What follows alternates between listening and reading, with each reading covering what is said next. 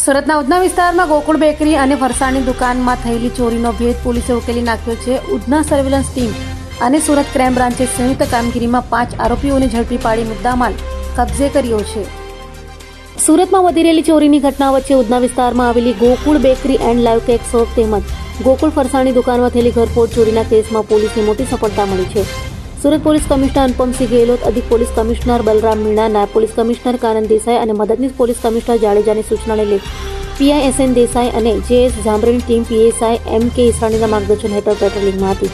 ત્યારે PSI HZ Patel અને અનાર્મ head constable પિયુષભાઈ, અનાર્મ police constable ભાવેશભાઈ અને અનાર્મ પોલીસ કોન્સ્ટેબલ નાગેન્દ્રસિંહને મળેલી બાતમીના આધારે CCTV ફૂટેજની મદદથી ક્રાઇમ બ્રાન્ચ સાથે મળી ઉધના પોલીસે લાખોની ચોરીની ઘટનાનો ભેદ ઉકેલી કાઢ્યો હતો અને આરોપી હિરેન વિક્રમ ગોહિલ, ભગીરથ રાણુ મકવાણા, ઝુલકરનેન હિન્દી નૈયર આલમ, પ્રિન્સ જીવારામ ભાર્ગવ અને ડેનિશ ડેનિયો ભૂપત ગુગારીને ઝડપી પાડી પોલીસે આરોપીઓ પાસેથી રોકડા રૂપિયા, મોટરસાયકલ અને બાઇક મળી 89,000થી વધુની મત્તા કબજે કરી કાયદેસરની કાર્યવાહી હાથ ધરી હતી.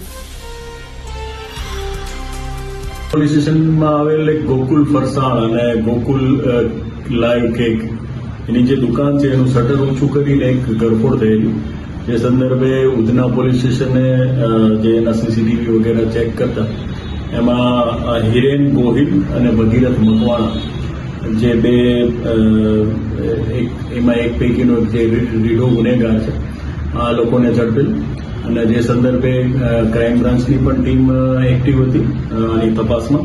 એ લોકોએ મોહમ્મદ અને ડેનિશ ગુગારી અને પ્રિન્સ જીવારામ ભાર્ગવ એટલે આ રીતે કુલ 5 આરોપીઓ ઉધના અને ક્રાઇમ બ્રાન્ચ દ્વારા ઝડપવામાં આવેલ છે.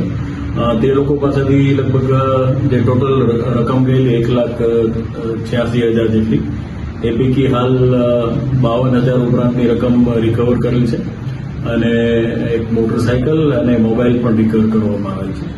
આ સિવાય બાકીની રકમ રિકવર કરવા માટેના પ્રયાસો ચાલુ છે, તપાસ હાલ ચાલુ છે. એટલે આ રીતે જે છે CCTVની મદદથી ઉધના પોલીસ સ્ટેશન અને ક્રાઇમ બ્રાન્ચને ગુનો શોધવામાં સફળતા મળે છે.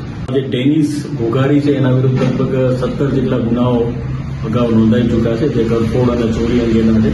એ સિવાય ભગીરથ મકવાણા એના વિરુદ્ધ પણ 4 ગુના છે અને મોહમ્મદ વિરુદ્ધ 1 ગુનો અગાઉ ચોરીનો નોંધાય છે. એટલે આ જે આરોપીઓ છે એ ગુનાહિત ઇતિહાસ પણ ધરાવે છે.